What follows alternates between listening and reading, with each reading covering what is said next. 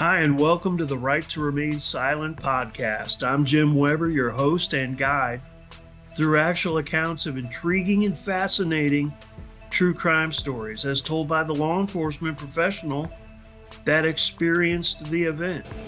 The Right to Remain Silent podcast makes no exaggeration of fact, doesn't glamorize details, or sensationalize reality. The format here is basic. Real stories from real cops. Lastly, please don't forget to like, follow, subscribe, and share. Doing this will help me continue to provide you, the listener, with captivating and relevant true crime stories. Now, let's listen in on today's episode.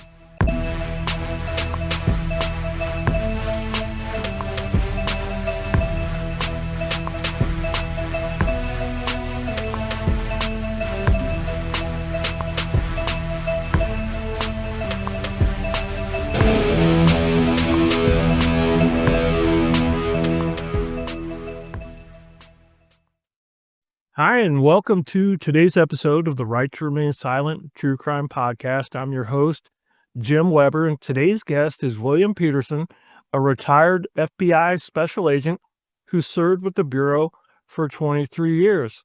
Will, thank you so much for taking the time to talk to me today. Thank you, Jim. It's a pleasure. All right, good deal.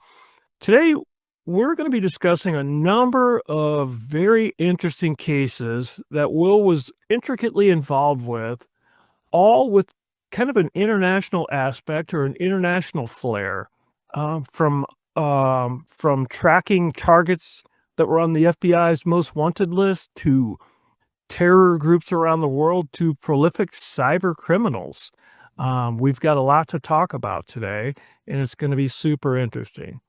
But before we kick things off, do you mind if I read your bio to kind of set the stage for listeners, so they know your background and where you're coming from? Would that be all right? Yes, absolutely. All right, here we go. William Peterson was born in Spokane, Washington. He received a Bachelor of Science degree in criminal justice from the University of Idaho in 1992. He was a naval surface warfare officer with the Atlantic Fleet from 1992 until 1998. In 1999, following his naval service, he joined the FBI and served in that capacity as a career counterterrorism agent. During his 23-year career with the FBI, he was a legal attaché in Athens, Greece, Bern, Switzerland, and Islamabad, Pakistan. He was also the FBI Deputy On-Scene Commander and Liaison Officer for a DoD Counterterrorism Task Force in Bagram, Afghanistan. He was also embedded with the DoD Counterterrorism Task Force in Ramadi, Iraq. His most notable accomplishments include facilitating the capture of FBI most wanted terrorist Sajid Mir, the mastermind of the 2008 terrorist attacks in Mumbai, India, and facilitating the capture of Vladislav Kliushin, one of the most significant cyber criminals in FBI history. Following his retirement from the FBI in 2022, he became the Deputy Executive Officer for System Security and Law Enforcement for the Los Angeles Metro Transit Authority. In September 2024, he joined Amazon as a Senior Program Manager for Security Services Management and Physical Security in Baden-Württemberg, Germany, where he oversees the end-to-end development, security services, and management of physical security systems and platforms across the region. Will, that is a top-notch bio. And again, thanks so much for being here. I'm really looking forward to our conversation. As am I. Good deal. Well, how about this? Why don't you start out with sharing with listeners why it was that you got into law enforcement and specifically the FBI? Well, Jim, it goes back in 1975. And, just from a personal standpoint, my mother was a victim of violent crime. And by virtue of that, I was raised partially by my grandmother for a couple of years. And she really instilled in me that I could be a law enforcement officer. I didn't know exactly what I wanted to do, but she saw that I was really attracted to law enforcement shows, so she put me in front of the TV, like, Chips and some of those other shows, and I just really, really, enjoyed watching those shows. And then once, a show came up called The FBI with Ephraim Zimbalist Jr., 1970s, and I said, "Wow, this is really fascinating work these individuals are doing." And I asked my grandma, I said, "How can I do that?" She said, "You can do anything you want to do." So from that point on, I was very interested in becoming a career law enforcement officer. I just didn't know which capacity. And that was my goal throughout my entire life, my young life in high school and college. When I went on to college, I actually had a roadmap, and that's exactly what I wanted to do. And the stepping stone to get in the bureau most commonly was to go into the military. There were other avenues that you could possibly follow, but the military was a very common one. So I went to school, became a naval officer, and went to the fleet and did my 7 years in the Navy, and then applied for the FBI. And it was quite challenging getting into bureau. I'll tell you that. Yeah, I think it took me 3 years before I even got an interview. At the same time, I was applying for other law enforcement, federal law enforcement agencies as well, like the Secret Service and DEA. But the FBI came knocking. They sent me a letter, and then I went to Quantico, and that's when my career started in 1999. All right, that's fascinating background there. Kind of similar. I that's kind of what piqued my interest as a youngster was the television show. So we have that in common. Once you attended the academy and you graduated from that, maybe could you tell us just a little bit about your initial assignment? What office were you in? What were your responsibilities or the groups that you were in? Could you share a little bit about that? Absolutely. So in 1999, I graduated from the FBI Academy, and I was assigned to the San Diego division, and I was assigned to a violent crime squad. And back then, violent crimes was the FBI's number one priority: bank robberies, kidnappings, murder for hire, and so on. And that first squad that actually became part of, they were all very, very senior agents. And in order to work violent crimes back in the day, you had to be a senior agent. So for whatever reason, they made an exception for me and also another Quantico classmate. So we were the new guys on the squad. And it was running around, conducting bank robbery investigations, kidnapping investigations, middle of the night, assaults on border patrol officers on the border. So it was quite reactive, and it really exposed you to FBI investigations very quickly. You had to learn very quickly. But one of the best squads I've ever worked on was that squad, the violent crime squad in San Diego. Following that, 9/11 changed everything. So when the planes hit, the FBI didn't have enough counterterrorism agents on hand. So I remember my supervisor coming out and saying, "You're no longer a violent crimes agent." And at that point in time, my plan was to be a career DCMO agent. But that quickly changed with 9/11. And he said, "We don't have enough terrorism agents, so you're transferring to the terrorism squad." And my response to that was, "I don't know anything about terrorism." And he said, "That's why books were invented. Just pack your cubicle up and get over there." And I knew nothing about terrorism. And luckily for me, there was a very senior agent on the squad who'd been working terrorism his entire career. And he really took me under his wing and showed me the ropes until I started getting comfortable enough to run my own cases. And that's a great segue into our first topic of conversation here. I mean, we could spiral down many rabbit holes just basically talking about many aspects of your career, especially violent crimes. But I think it's a great transition to what we're going to be primarily talking about today. You shifting your focus to that. So let's start out with discussing an individual, an incredibly dangerous terrorist, Sajid Mir, and your role in facilitating the capture of this individual, who at the time was on the FBI's most wanted list as a terrorist. Maybe could you just kind of give us a backstory on Mir and the group that he was associated with and how your involvement originated and what happened? I'm just going to kind of turn the floor over to you to let you kind of explain that. So then I'll just give you a little bit of background on the 2008 attacks in Mumbai, India. And many would agree, probably the most vicious, well-coordinated attack outside of 9/11. 160 people were murdered in the streets. The Taj Hotel was taken under siege. And it was absolute mayhem in Mumbai that day. And it was planned by the terrorist organization Lashkar-e-Taiba, which is a line of Al-Qaeda. And the leader and the planner was Sajid Mir. After the attacks, obviously the world was looking for Sajid Mir.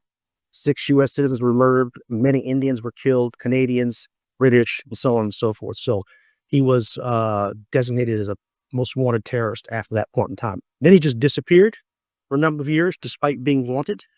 And in the end, the Pakistanis claimed that he actually died and went to the extent of producing a death certificate. No further information. No, during that time, he maintained his status as an FBI most wanted. I arrived in Pakistan in August of 2021, and I assembled my team, and I said, we have to prove, and the victims of Mumbai deserve it, that Sajid Mir is either dead or alive. That is our objective here.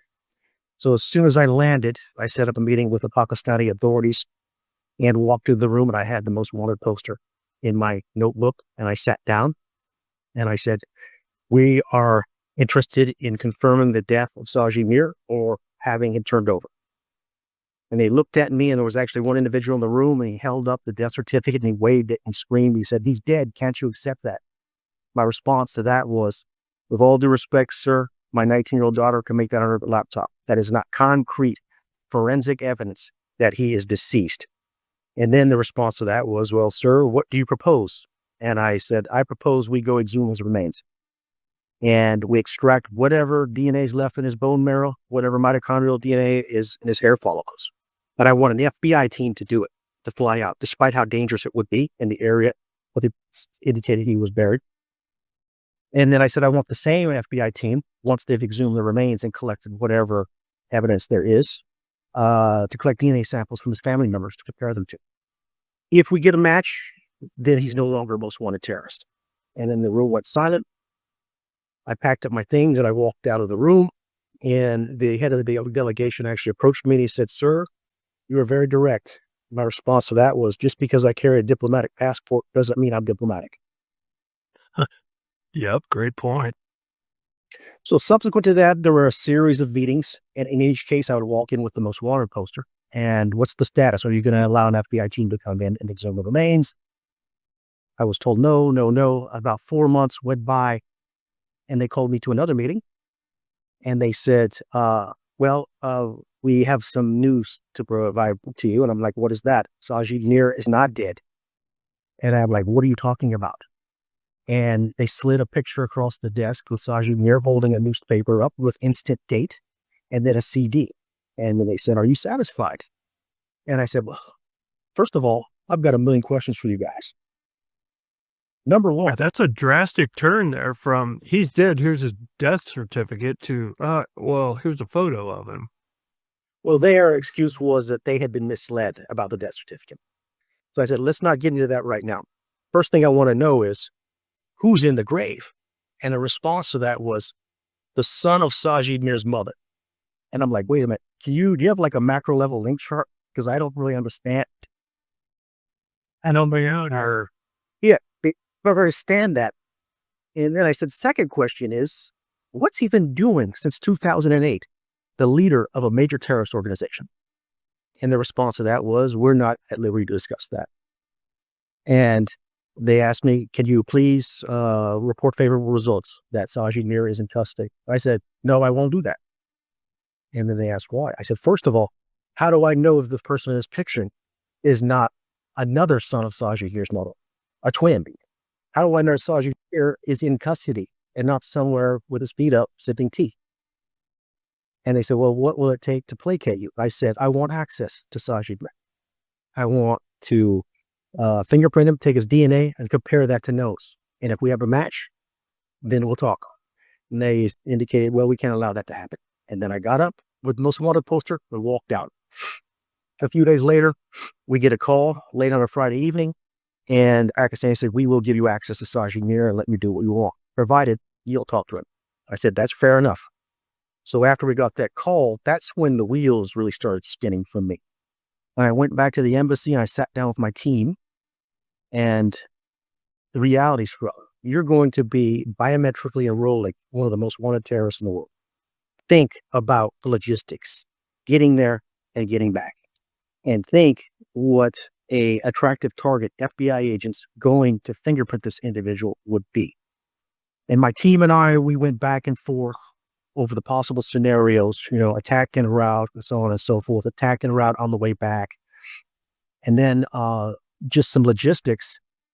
We used the biometric device, which is all electronic. Used to be old ink cards that you use. That's all on the wayside. And Was it like a portable handheld like scanner type of device? yeah, it's called a mobile biometric app or an MBA. So you plug it in your phone and it's got a fingerprint scanner on it. And then you use your phone to take pictures of the subject, right, left, front, and then you enroll the fingerprints individually. I will tell you, I've carried that with me everywhere I go overseas. And it was probably as valuable as my weapon.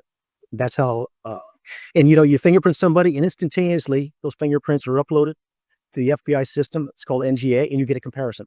And not just the FBI system, but DOD's, DHS's, IAFIS system, and so on. So you get an instantaneous match. The problem with that was contingencies. What happens if the device fails? Because cell phone connectivity in Pakistan is a little bit sketchy. So I said, as a backup plan, we need to ink him as well, just in case it doesn't go through. The problem is the agents that were working for me at the time weren't trained in how to ink suspects. So we found some old ink fingerprint cards, and then we actually practiced. And I said, I don't know how this is going to play out when we get access to him. So let's be prepared for any contingency. And we even discussed what should we wear. And it was proposed to me, let's go wear the traditional Pakistani shalwar kameez, which we wore on occasion. And I wore as well because I blended in better than Pakistan wearing it, and they're much more comfortable. Can't carry your weapon on it too well. But nevertheless, they said, out of respect, maybe you should wear the clothing. And I thought about it for a little bit, and then I said, no, we're going to go in as G-men, G-women, suits and ties. I don't care if it's 100 degrees. And it actually was 120 that day. Oh, man. So we had our plan in place. And I will be honest with you, that night, I updated all of the beneficiaries on my life insurance, updated my will. I just didn't know what was going to happen. And Understandably so. my team to do the same. So it was a very nerve-wracking time. I don't think I slept at all that night, the night before. And the next day, we got in our vehicle, we drove over, and we followed a Pakistani lead car through the streets of Islamabad. And then we get to a police station, and there's just a shack in the middle of a parking lot. It's a prison car. And we get out, there's a Pakistani delegation that met us. I took another agent along with me as well. And they gave us instructions. I said, when I'm booking him, I'm going to need to ask him questions. And they said, you are not to talk to him. And I said, okay. I guess I'll just have to use body motions when I'm asking him to be fingerprinted. So they opened the back of the prison car, and it was a sweltering 150 in there in a full suit and tie. Amazing. You win. It was just unbelievably hot. And there Sajid Mir was sitting on a bench. No handcuffs. Instantly recognized him. Instantly.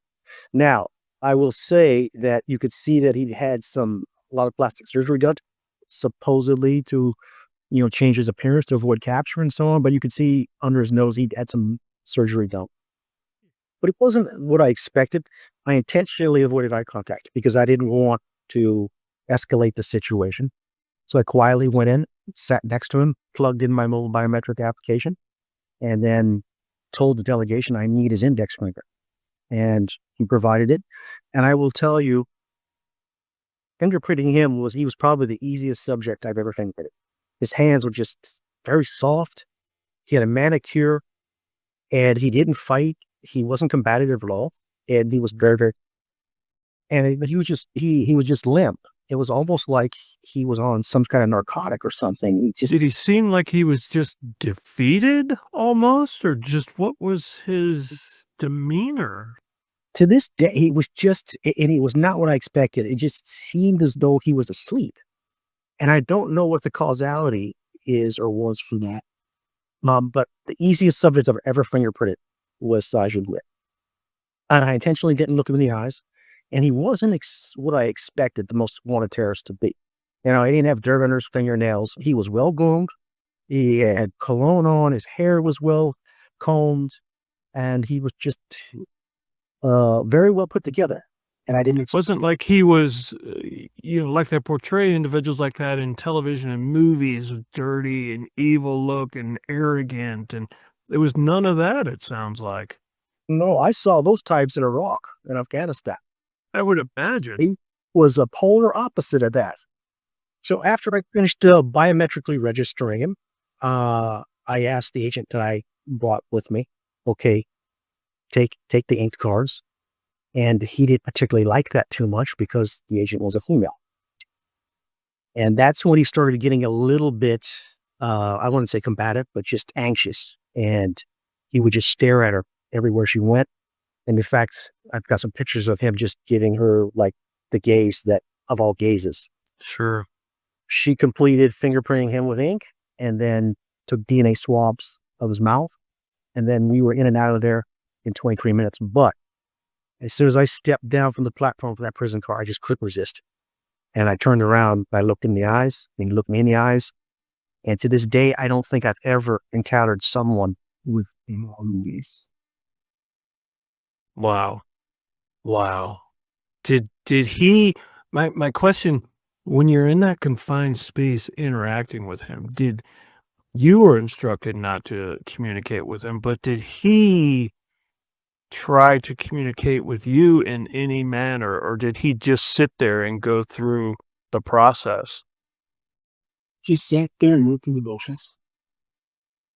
Hmm. So after you stepped out and had that look, kind of walk us through what happens from there. Do you get instantaneous results on your scanner? Does it function? Where do you go from there at that point?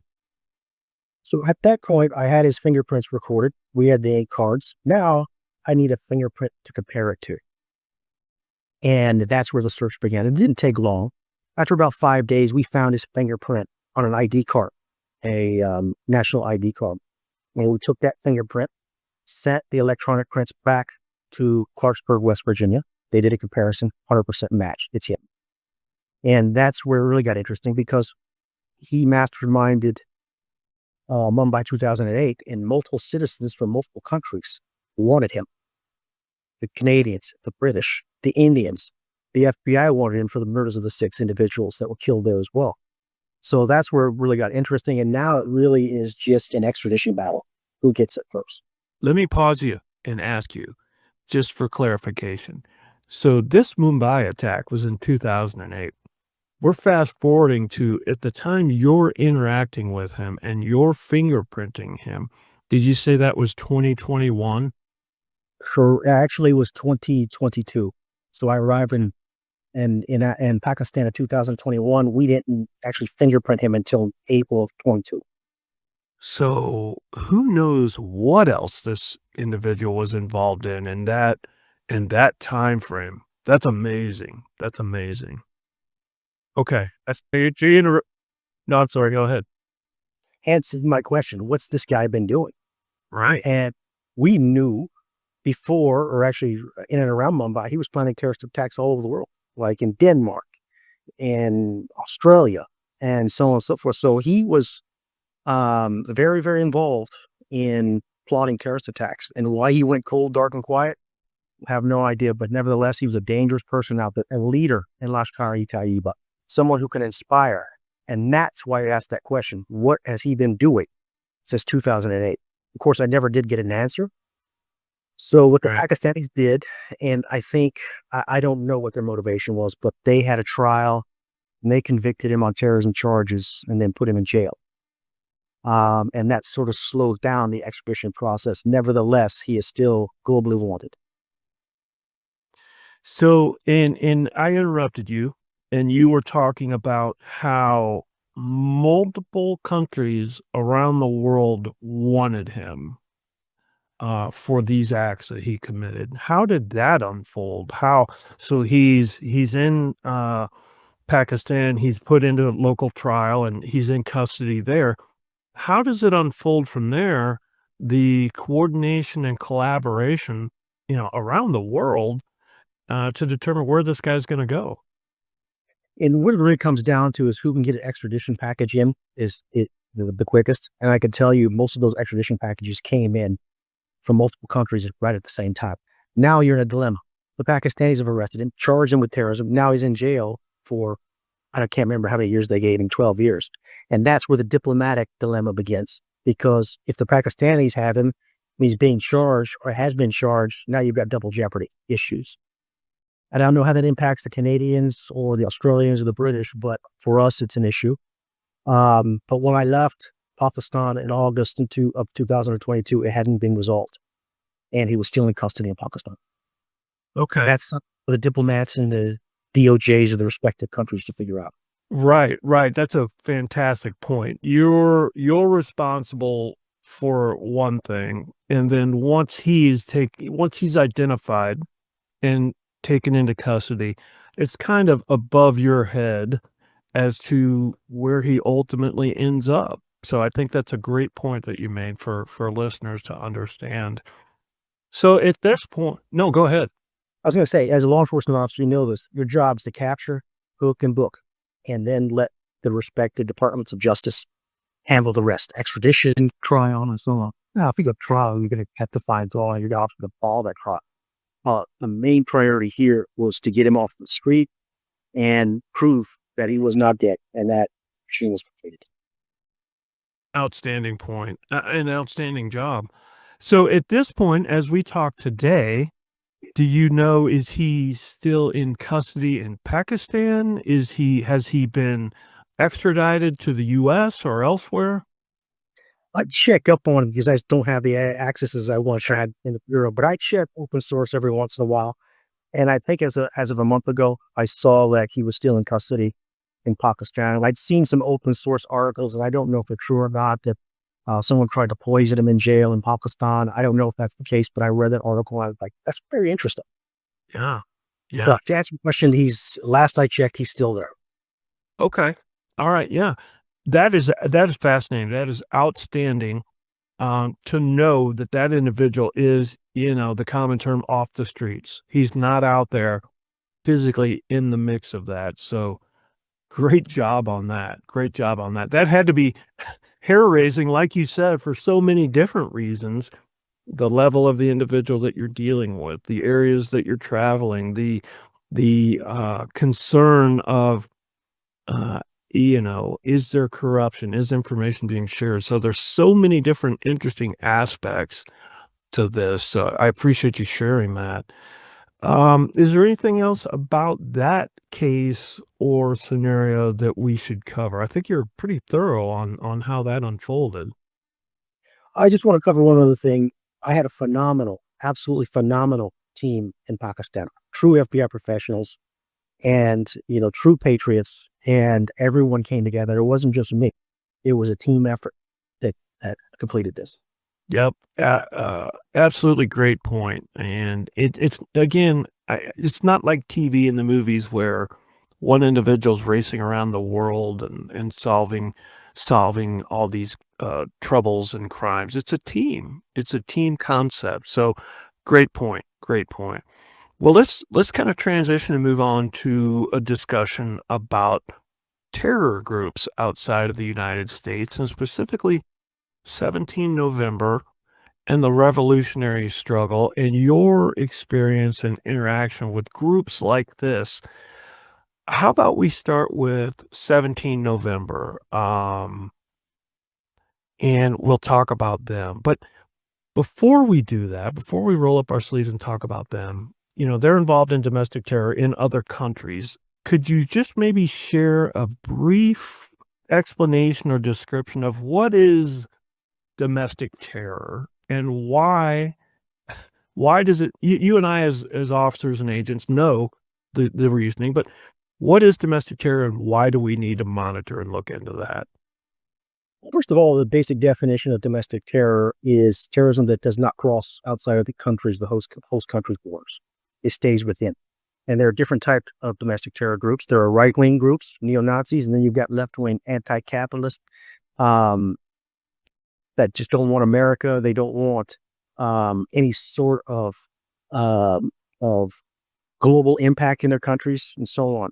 So their mindset's a little bit different. But just going back, before my tour in Athens, of which it lasted about 5 years, most of my experience was international terrorism, Al Qaeda, Lashkar-e-Taiba, other terrorist groups. And I traveled around the world after 9/11, working with foreign partners like the Germans, the Dutch, the Italians. And every time I did that, I would pick up something or some tools that they did better than the Bureau. Fast forwarding to my tour in Athens, I arrived in 2009. I was completely off balance. I didn't understand 17 November. I didn't understand revolutionary scroll.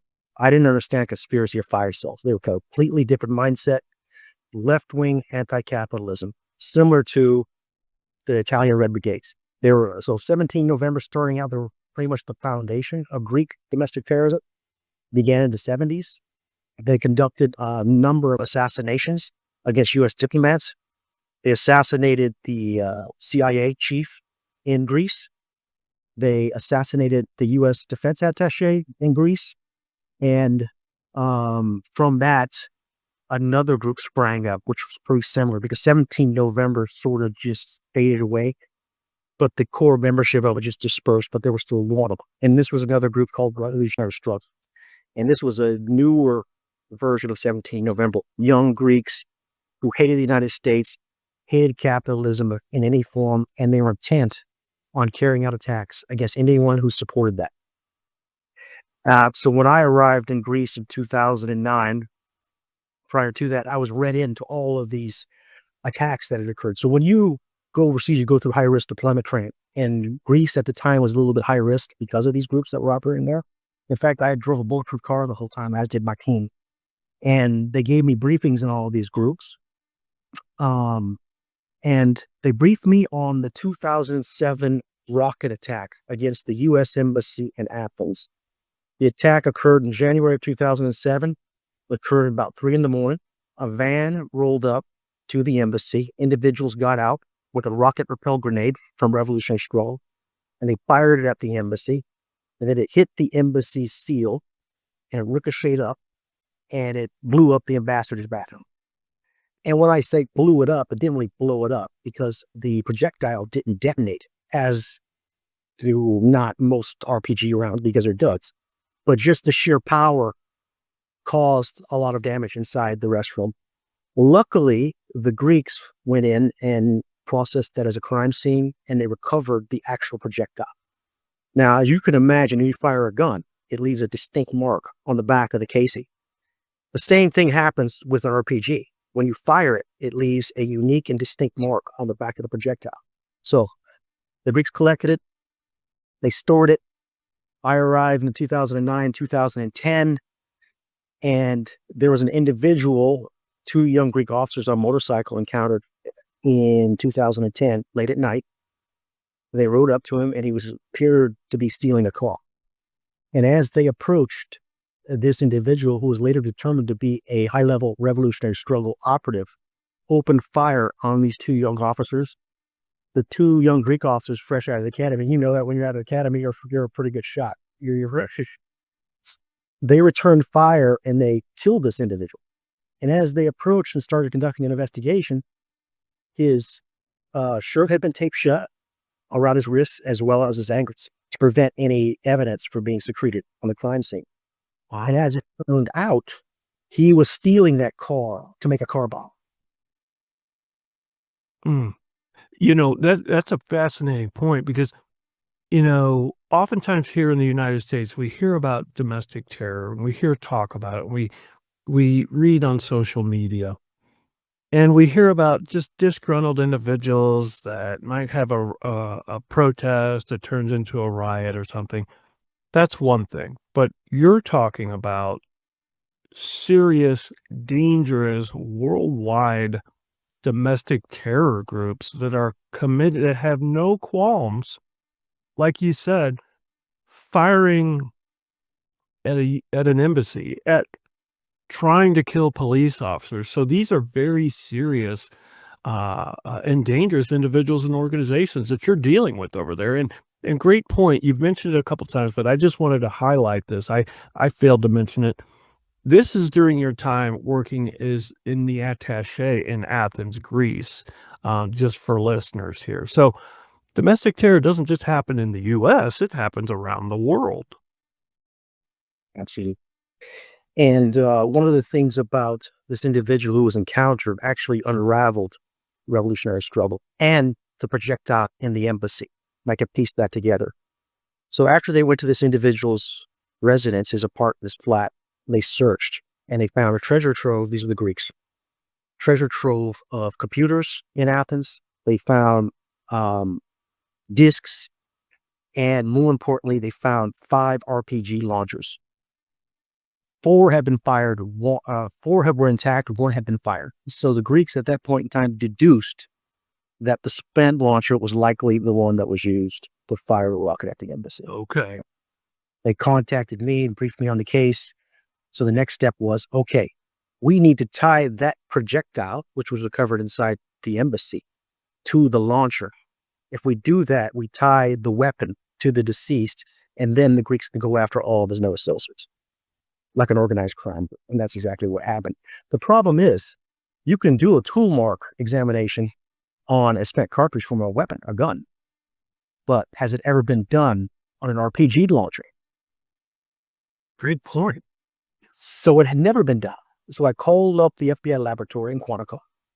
And as you know, they're masters back there. They have experts, just brainiacs. And I explained the situation. And they said, we have never conducted a successful comparison on an RPG projectile to the actual launcher. However, given the FBI's presence in Afghanistan, we've been experimenting with it.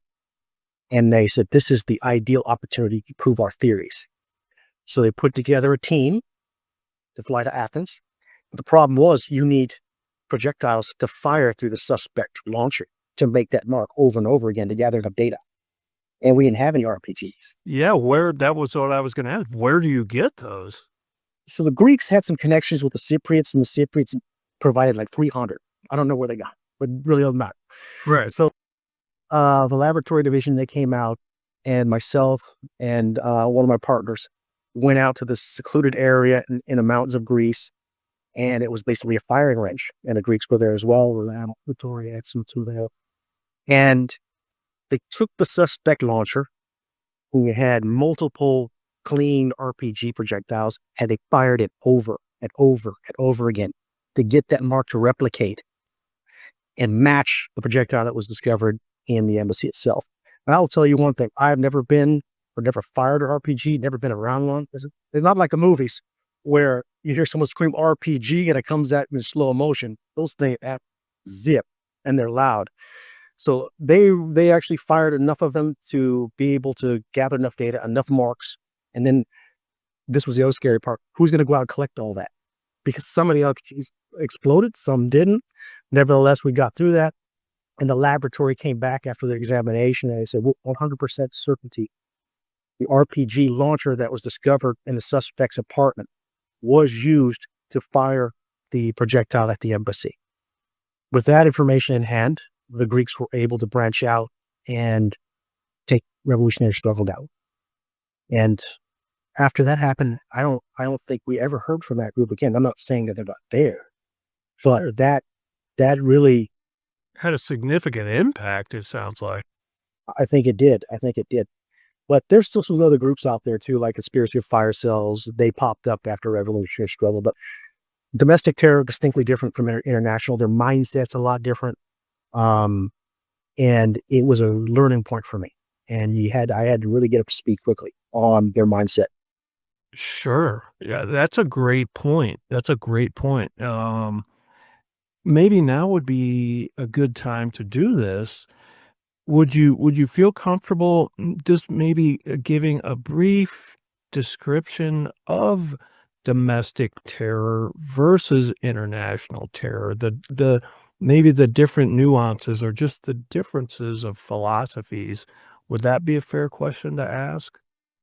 It would be, and I can give you some examples, but as I mentioned before, international terrorism tends to transcend boundaries, whereas domestic does not.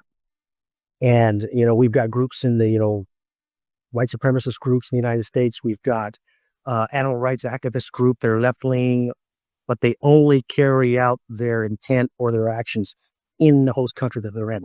Whereas you have Al Qaeda, you've got ISIS. Their goal is to carry out attacks outside of their host nation.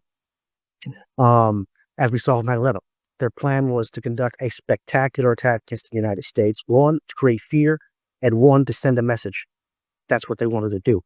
When you send a message by creating a terrorist attack or successfully perpetrating one, that sends a message to the world. But more importantly, when people, young recruits, young vulnerable people actually see that the attack was successful, now you've expanded your recruitment capabilities, your financing capabilities, and so on. So that is international. Domestic really doesn't adhere to that.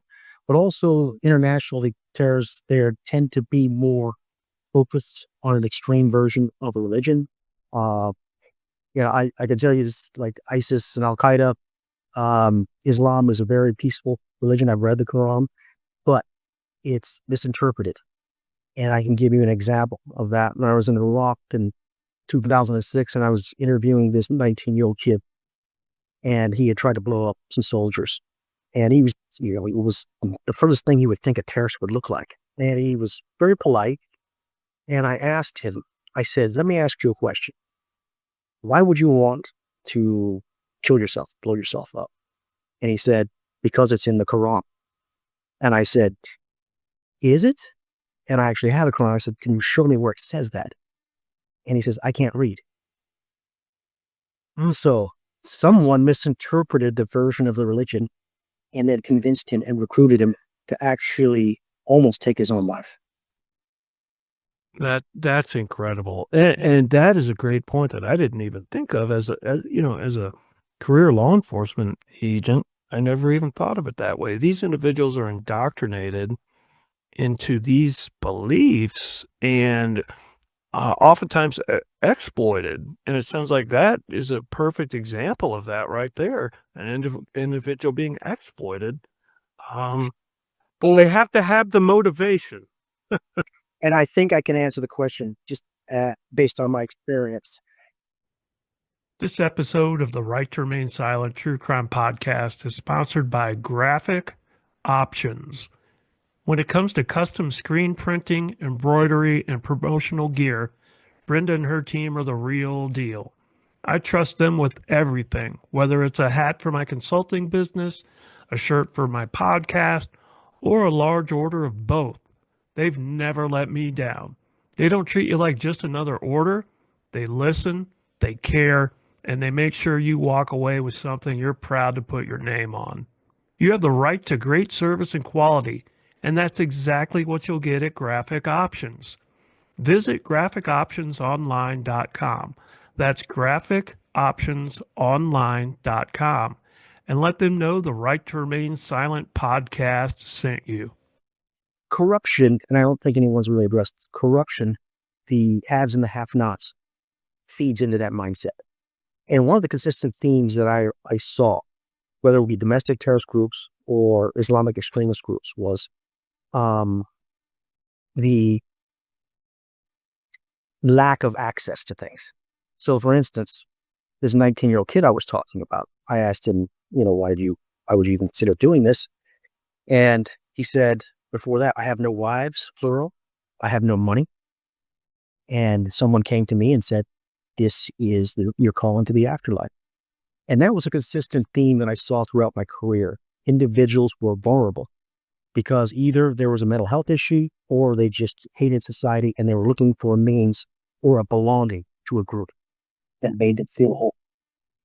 That's a great point. And I want to be clear that you and I are not justifying these individuals' actions. We're discussing how they are influenced into this lifestyle. So that's a great point. Hey, I'd like to circle back to the Athens, Greece aspect of things here. And what you mentioned about the FBI and testing of the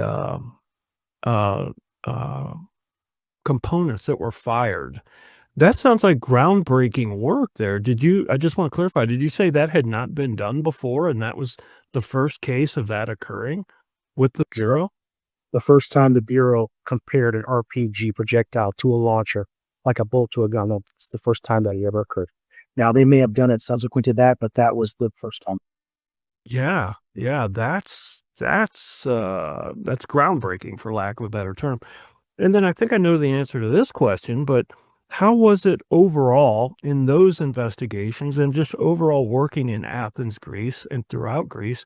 How was your relationship, law enforcement wise with law enforcement and the government in Greece? It sounds like it was a good working relationship. Is that the case?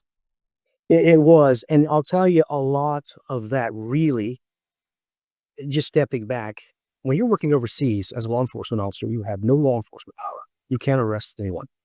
You can't go and do a search. So you have to use your Greek counterparts or your Swiss counterparts or your Pakistani counterparts to do it for you. Yeah, let me interrupt you there. I apologize for interrupting you, but that's a fantastic point for listeners. We as federal agents don't travel the world with this carte blanche authority to investigate and arrest whoever we want, wherever we want. Oftentimes, the success of your investigations relies and depends upon the authorities that you're working with in whatever country. So I just wanted to emphasize that as a great point that you made there, and I apologize for interrupting. No worries. What it comes down to as a law enforcement officer serving overseas is trust. Your host nation has to trust you. Your word is who you are. So to give you examples, if the Greeks or the Swiss would call me in the middle of the night, 11:30 on Christmas Eve, you better you better respond, and you better respond with something that they could use. That's how you develop trust. You show up when they need you. And that was a consistent theme that I learned throughout my time overseas. You have to support them, support their investigations, even if there really is no FBI nexus. You support them 100% because there will come a time when you're going to ask them to help you. And that came many times for me.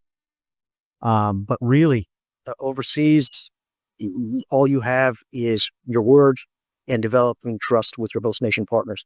And the Bureau not only works with law enforcement entities at the federal level, whether it be Greece, whether it be in Egypt, whether it be in Rome, they also work with the intelligence agencies too, because the FBI is dual-hatted, an intelligence agency as well as a law enforcement agency. And one of the things that's unique about the FBI is you can intermingle. You can look at the intel, have it drive your law enforcement investigation, and you can kind of delve into both worlds. And I think there's only one agency that I'm aware of that has those same capabilities, and I think it's the Austrian BVT that can bounce in and out of both worlds like that. And that gives you a lot of resources, as you can imagine. And most of the time, you know, law enforcement intelligence service asking me, what do you know about this? What do you know about that? And then providing them with robust responses.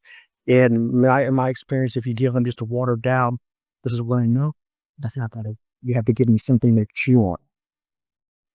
Right, that's a fantastic point as well, that I don't think everybody outside of law enforcement realizes that is, just summarizing what you're saying there is the success of your investigation, um, uh, depends highly on cooperation and information sharing. You hear so much in the media, in the news nowadays about things happening internationally and collaboration between law enforcement or lack thereof collaboration. But boiling that all down based off your experience, my experience, what we're talking about today is in order to be successful, the bottom line is you need to share that intelligence and information. Again, great points that you're bringing up today.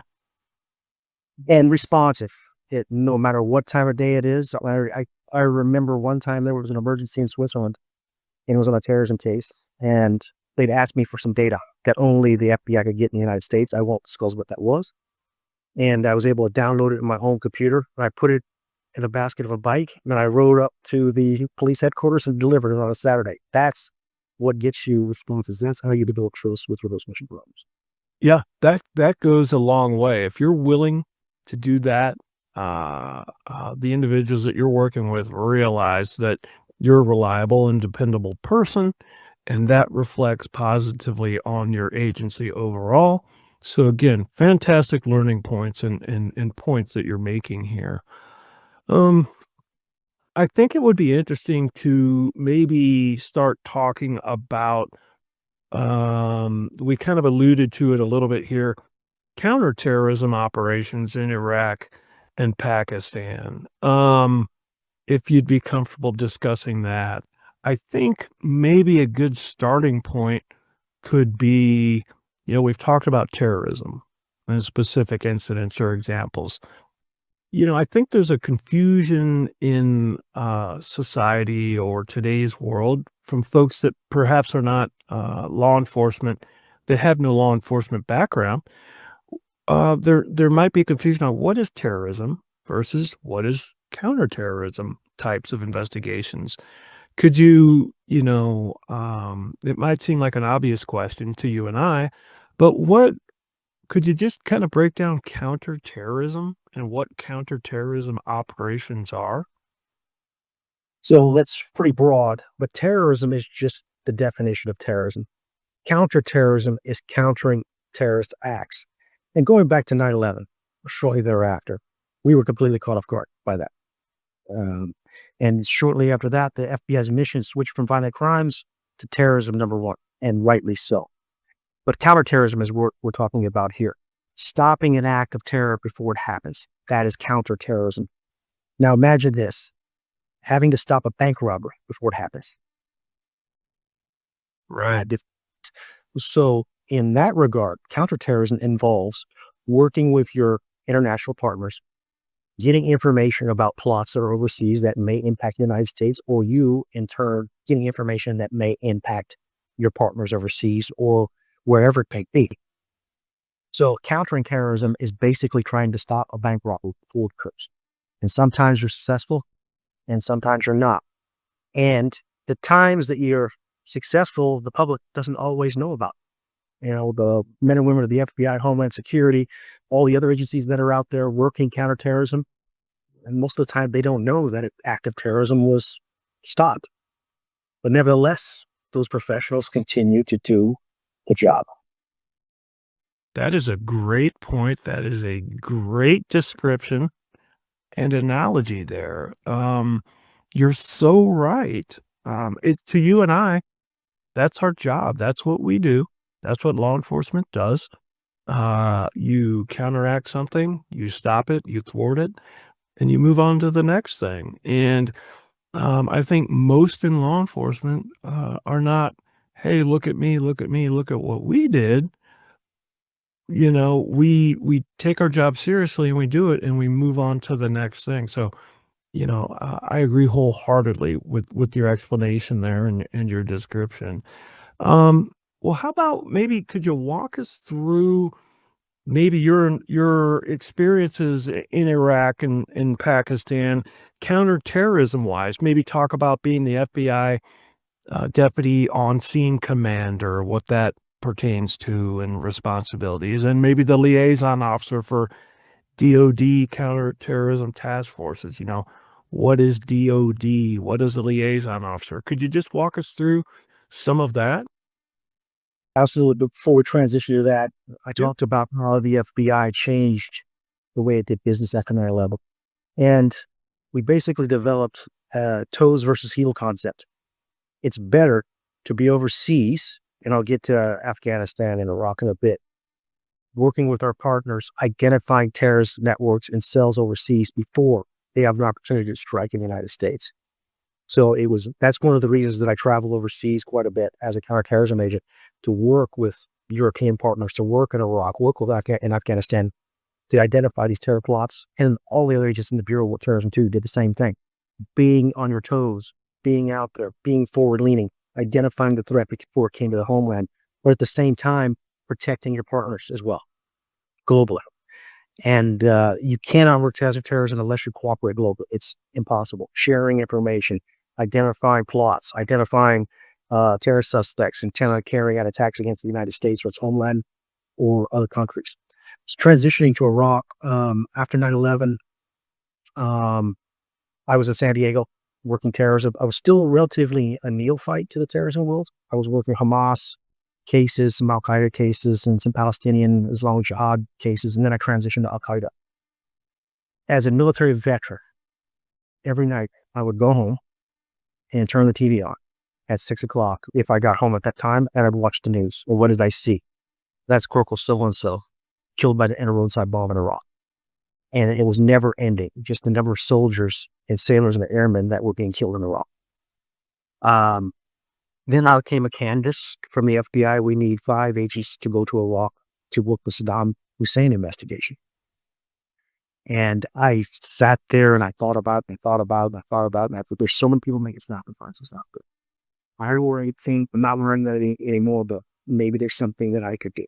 So out of the 5 that were candidating, 4 of us volunteered and reluctantly went to Iraq. And it was a very dark and dangerous time at that point. I remember the day we landed, a bomb came into our parking lot of our complex, a missile, and it exploded and shoot us out of the gas. And it's like that. Made an introduction there. It was quite welcome to Baghdad. That was our shot. And What time frame was this? this was 2005, Okay. September. And after working the Saddam case for a few months, my boss came down to me when I was going through all of the mountains of paperwork, trying to connect Saddam Hussein and his sons to crimes against humanity. And it was really, really valuable work. But he said, your background is primary terrorist, and would you like to work terrorism in Iraq? And I said, absolutely, without hesitation, especially having seen what's happening to our soldiers. If there's anything that I can do, however small it is, I'm willing to do it. But at that point in time, he assigned me to DOD, which is Department of Defense Task Force. It was in Ramadi, outside of Iraq on the Euphrates River Valley. And I remember when I landed at 0:30 and walked in the building, it was like, welcome to the Abu Musab Zarqawi Task Force. Zarqawi was the father of Al-Qaeda in Iraq, and he was the one completing vicious attacks throughout Iraq. He was the one cutting people's heads off. And the goal of this group was to find it. And they brought me in and they said, your job was just to interview people so that we can get information regarding where this person could be or his co-conspirators. And that's what I did in Ramadi, conducted interviews of individuals that were connected to Zarqawi to build that organizational network. Rather than going for the snake and the snake, you go to the bottom and work your way up. And that experience in Iraq is where I really learned terrorism, because you're in front of real jihadists, individuals who would give their lives to take an American out. And I was told on a number of occasions, you can't hold me forever, and my partners too. And when I get out, I'm coming for you. And Baghdadi, who eventually became the father of ISIS, and this is in the paper, famously said when he was released from a detention facility in Iraq, turned around and said, I'll see you all in New York. So for preceding that, as I'm interviewing these people, and some would say, I'm coming to get you, and I'd look over at my partners and would say, the hair on the back of my neck would stand up. And I'm like, they're absolutely right. At some point in time, we are going to see these people again. In what form, we do not know. They know weapons, they know explosives, they know tactics. And now the battle hardened, having gone up against the best militaries in the world. And we didn't know what to call it at that point in time, but that was ISIS under development. And after we left Iraq, as you saw, there was a huge void created, and ISIS spread like wildfire to create the caliphate. That was my experience in Iraq. I took all of those experiences back home, injected them into the counterterrorism investigations I was conducting at the time in the United States and elsewhere. Great term, hair raising. The mindset of those individuals is so focused and so scary, again, for lack of a better term, those individuals that you're dealing with there. How long were you there in Iraq working in that particular segment of your career? There was a short, so in combat zones, you can't stay indefinitely or even move. So it was only 4 months long. Same with Afghanistan. But 4 months over there isn't like 4 months at home. All right. Very interesting. And I'm just kind of curious, when you're interviewing all these people and interacting with them, you're working by translators, right? That's correct. Yeah. Is there any and I've had people ask me this personally, but in my career, I did not work overseas on terrorist or counterterrorism related investigations. But a part of my career, I was assigned to the FBI's JTTF. So I did that for a number of years, and people would often ask me these types of questions. So I'm going to ask you what people often ask me. When you were dealing with locals over there and you were utilizing individuals as interpreters, did you have a sense of concern of where does this interpreter's loyalty lie? Did you have worries about that type of thing, or did the individuals that you worked with, were they reliable and trustworthy? I know they go through vetting and background extensive backgrounds, but I was just curious about that because you were boots on the ground over there. I was not, and people have often asked me that, so I'm kind of curious your perspective. Luckily in Iraq, the translators were FBI employees, vetted, background investigation and so on. So implicitly trusted them, no issues whatsoever. Okay. Okay, great point. Is there anything else about that, the counterterrorism aspect of your career that we should circle back on or elaborate further on? I would just say the transformation from Al Qaeda to ISIS was, and I mentioned, being in Iraq, we kind of saw, we didn't know what to call it at the time, but ISIS bubbling up. So Zarqawi, Al Qaeda in Iraq, that was ISIS in its foundation. And then once Zarqawi was killed, Baghdadi stepped in, took over, and then you saw the caliphate spread. You saw attacks in Europe, you saw those ISIS attacks, but they changed the mindset, how they conducted business. Back in the day, Al Qaeda wanted these large, complex, spectacular attacks. ISIS changed that. Like, why are we going to try to put together these complex attacks that take a lot of time? And the more complex they are, the more likelihood that someone's going to figure out what's going on. So their message to recruits in the world: attack where you are. And that created what's known as the homegrown violent extremist. And we saw this bubble up circa 2013 to about 2017. The attack up there in Northern California that occurred, and all over the United States. And these are individuals who never leave their houses, or rarely do, and they are radicalized online by ISIS elements overseas, and they're basically directed, attack where you can. And that created a concern for all of us because we call it the flash to bang. An attack that's planned overseas, you got a little bit of time, a little bit of buffer in there. But if someone's sitting behind their computer and they're being radicalized online and they're watching how to make a bomb in the kitchen of your mom videos, and they decide at a moment's notice just to walk out with a Kalashnikov or an axe or a knife, those are very, very difficult investigations or attacks to counter, as we talked about counterterrorism. How can you counter something like that when you have linear no time or warning before the attack actually occurs? So after Athens, I oversaw a homegrown violent extremist squad in San Diego. Best squad I ever had. And it was composed of about 20 different task force officers, 6, 7 FBI agents, but most were task force officers, vice detectives, gang detectives. And dealing with the homegrown threat, that skill set was actually extremely valuable to have their background. Because a lot of these individuals we were dealing with, who were homegrowns, were ex-convicts. They're individuals who were ex-gang members who converted, radicalized online. And these officers, whether it be San Diego Police Department, San Diego County Sheriffs, and so on and so forth, they knew exactly how to deal with this mindset and how to use gang investigations and inject those with a counterterrorism investigation. So it was probably the best group I've ever belonged to. Certainly the best group of men and women that I've ever worked with. So that's just the evolution of terrorism from 9/11 through my eyes, with my perspective. Great explanation there, and you hit on something that I wholeheartedly agree with.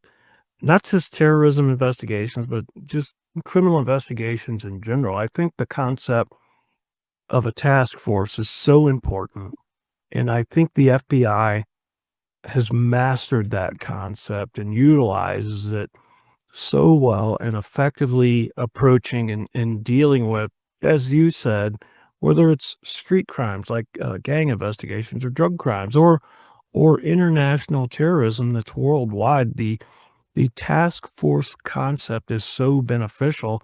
And just in our brief conversation today, and you discussing your experiences, task force concepts are utilized there that it sounds like were crucial in the success of what you were involved in. So again, great point there mentioning task forces. Um, go. There's one point I'd like to add with regard to that, just to give an example. So, working terrorism, you're always looking for the big, sexy terrorism charge, which is very difficult. The threshold's pretty high.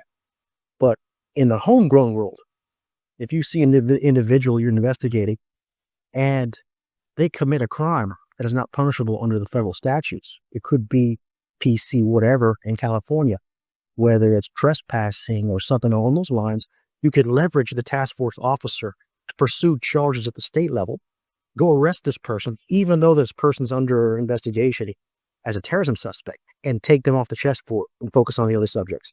And a lot of times you're dealing with 30 or 40 people at once.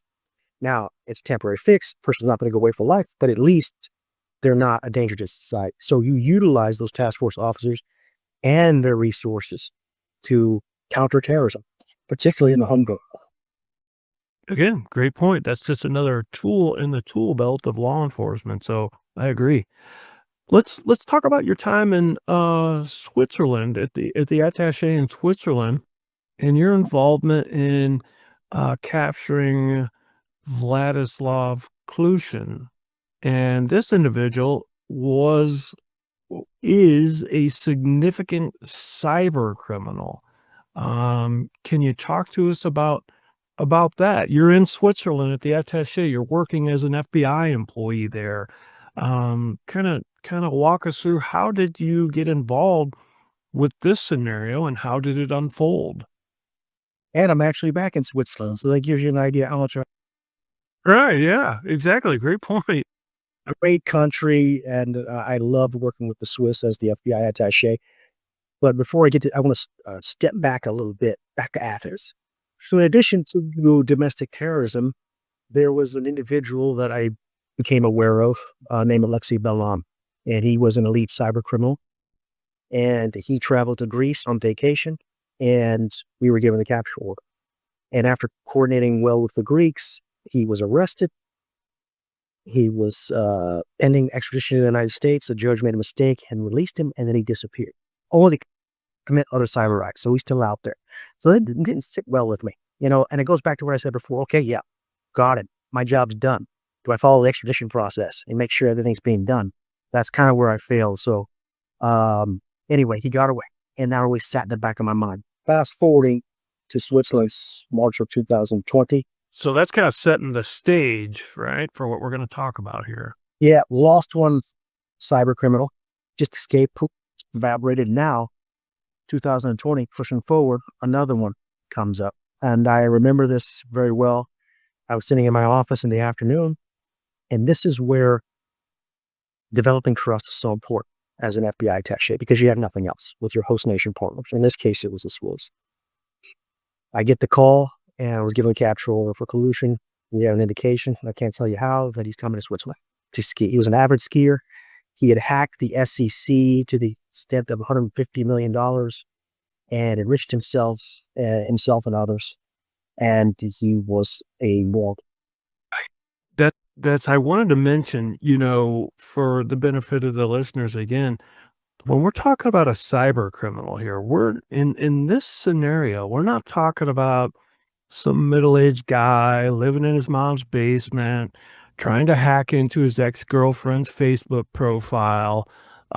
These are significant criminals committing major crimes like you just referenced there. Absolutely. And in fact, this case that I'm discussing is actually highlighted on a CNBC special called Putin's Traitor. Anyhow, at that point in time, I was just given the directive, take him to custody. And I've said before, I can't just go out and arrest this person. So, I obviously have to use the Swiss to do it. Right. And I remember getting the call late on a Friday night. and that he was possibly coming to ski. He was living an extravagant life, coming in on his private jet, but we weren't 100% definitive. So I followed normal protocol. My first stop was at the Federal Office of Justice, and I said, this is the situation. They said, okay, we're going to need a PAW. So provisional arrest warrant. So it's not enough just to have an international Interpol red notice on someone. You actually have to have a subsequent provisional arrest warrant detailing basically this an affidavit of this person did in the United States. And those crimes have to align to the crimes in the country, in this case, Switzerland.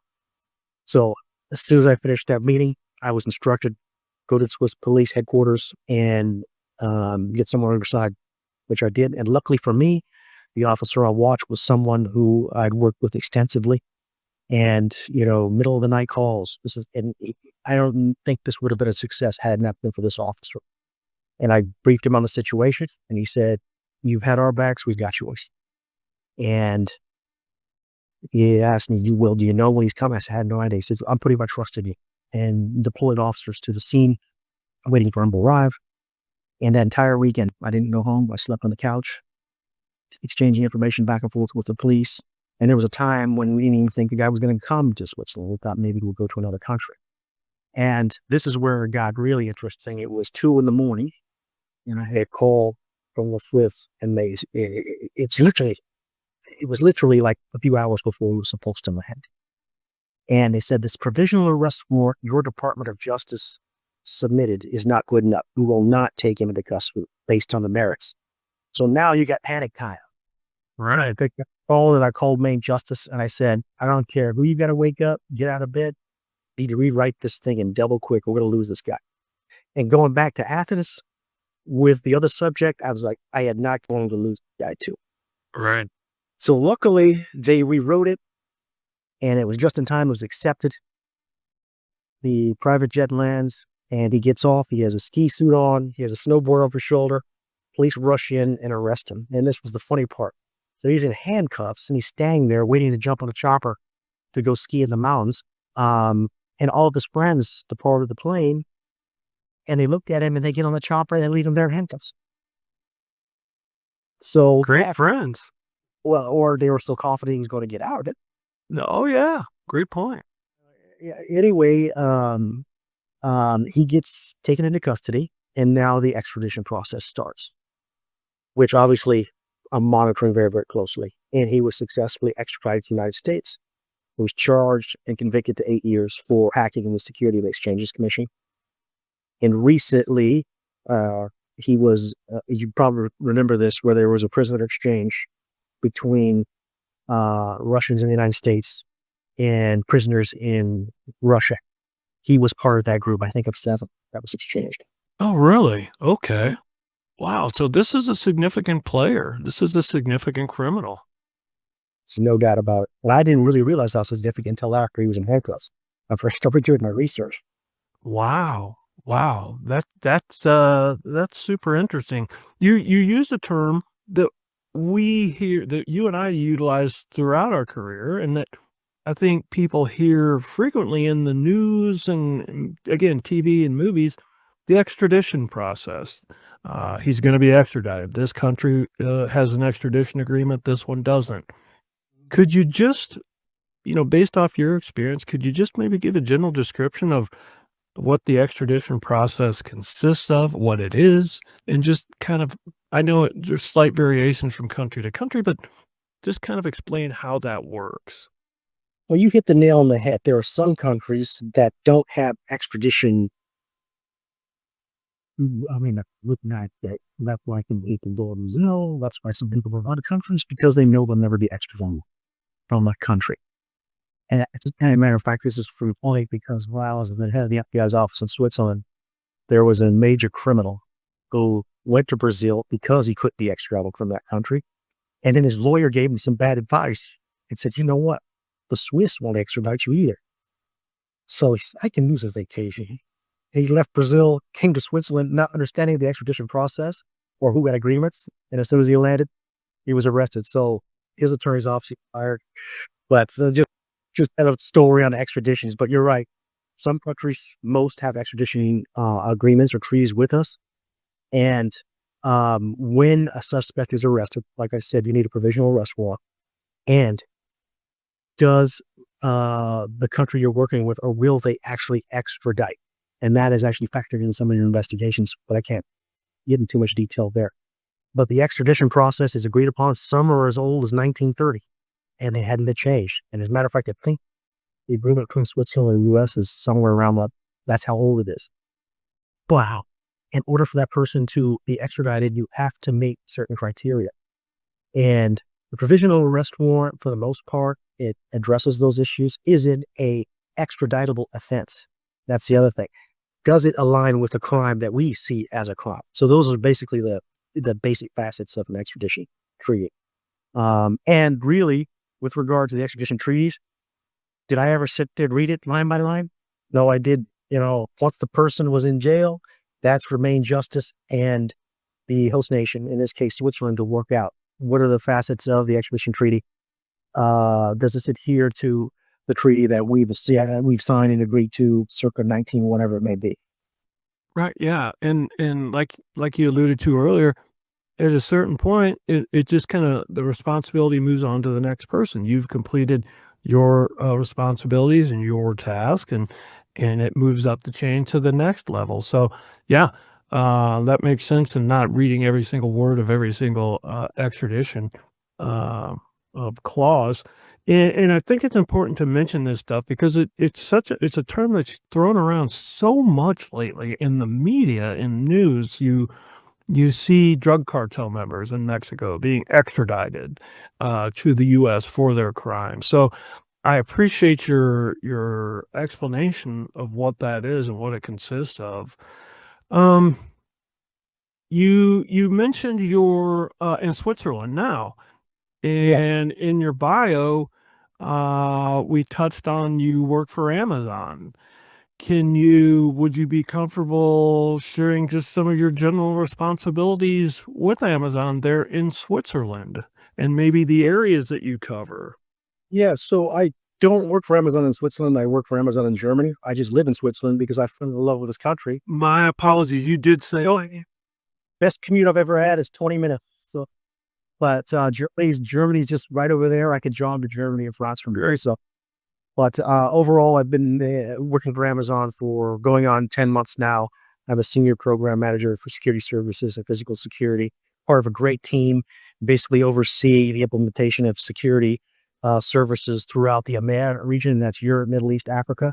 And there are different members of my team who cover different parts of the world. And basically protecting Amazon assets in the EMEA region. All right. I've heard of guys retiring from law enforcement and working there, but I've never actually talked to an individual that's done that. So, that sounds interesting as well.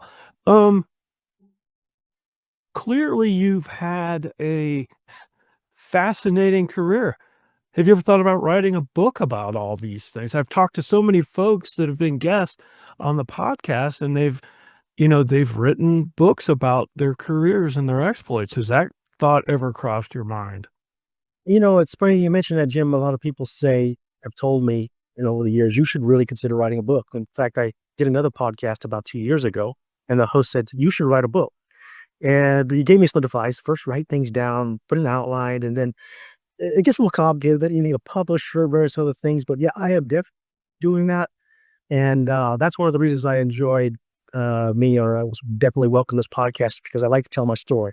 And there's so many stories out there, so many brothers and sisters in law enforcement that have unbelievable stories to tell that I'm sure the public will be interested in. But I'm definitely interested in writing a book at some point in time. I just need to figure out how to do it.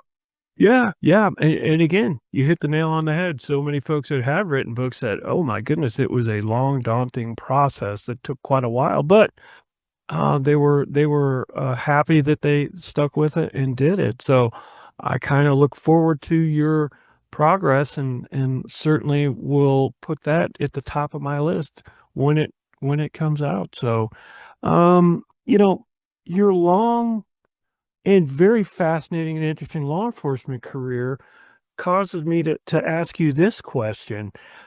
And it's kinda geared towards younger folks out there that might be listening that might have an interest in law enforcement or might have an interest in the criminal justice system. Based off your experience and your time with the FBI, would you have any suggestions or guidance for a listener that's considering a career in law enforcement? I'm the first and foremost, I would suggest and recommend if you want to have a career in law enforcement, stay clean.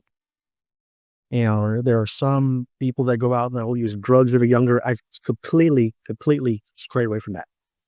Just live a clean life. Get involved in as many activities as you possibly can, whether it's Boy Scouts, whether it's Girl Scouts, athletics, to give you a more well-rounded background and also provide you with team skills. That's absolutely critical as a law enforcement officer to have those team skills develop at an early age. And also just draw a roadmap. What do you want to do? What direction do you want to go? If it's law enforcement, which agency? And don't be dissuaded if, okay, I applied for the Secret Service and I didn't get in. As a matter of fact, I applied for the Secret Service and they flat turned me down. Same Don't, here. yeah. You too? Yes. Don't know what it is. Right. Right. It worked out for the best though, for it sounds like for you and I. But have a roadmap. Don't be dissuaded. If you get a no or a door closed in your face, pivot and have a backup plan. So my backup plan was, okay, FBI, that's my main goal. But it wasn't working out all that well because I just wasn't getting any calls. And I'll tell a story to that end. But then I pivoted to the DEA. Didn't hear anything from them. And then I'm like, you know what? I just like or want to be a law enforcement officer. What about Dallas PD? What about LAPD? So I started looking along those lines. So just never give up. And if your heart is with protecting the public and being a law enforcement officer, it doesn't matter if you're driving a black and white, you know, in Hollywood, you're still serving your country. You're serving your community. But stick with the plan and ask yourself, what are the requirements for me to get in this particular agency? So for the FBI, when I came in, like I said, you can go military, you could be an attorney, you could be an accountant, and then you could be accepted in any of those programs. I went under diversified. That is, you work for 3 years after you get your degree, and then you're eligible to get in the bureau. But as it turned out, I was not recruited, but I applied in Norfolk, Virginia. Everyone there is wearing a uniform. And the FBI kind of at that time wanted diversity. So everybody walking in the door with an application was wearing a uniform. This is my opinion. I have no fact to support it. But then you get someone who walks in who's a cyber master. Okay, all right, this person's a little bit different, has a skill set that we definitely need. So for 3 or 4 years, I had heard nothing from the FBI. And as it turned out, one of my good friends on the ship was an NCIS agent. And we became very, very good friends. We sailed the seas together, you know, we toured around on Liberty calls together. And then after I got out of the Navy, he checked up on me. He said, hey, how's that application process going? You know, and I said, I just haven't heard anything back. He says, tell you what, why don't you give my brother a call? He's a supervisor at the FBI's field office in Washington, D.C. I'm like, I don't want any handouts. I want to do this for myself. He says, it's not about that. Call him up. Find out what the job is about. That's it. And I picked up the phone and I called his brother, and he didn't sound very friendly. I said, hey, I'm William Peterson, and I know your brother. And he says, oh, you're the surface warfare officer. Yes. He said, well, what's going on with your application? I said, I applied a few years ago. Haven't heard anything back. He said, well, just be patient. Don't give up. Yada, yada, yada. He hangs up the phone. No, thank you. And then literally the next day, FBI Norfolk calls me. Says, come on in. Wow. And this is where it circles around. Sure. I'm in Athens in 2010, 2012, and I have to review applications for incoming assistant attaches for Greece. And as you can imagine, the process for becoming an assistant legal attaché or legal attaché is very, very competitive, particularly in the nicer countries. So I think I had a list of like 25, whatever applicants. And I go down the list, and guess what? The name of that supervisor I called, the Washington field, had put in for. And as it turned out, just wanted to complete his career overseas. So I picked the phone up. I said, you're not going to know who this is. And he's, oh, I remember you. And I says, I know with 100% certainty, you picked the phone up and called somebody.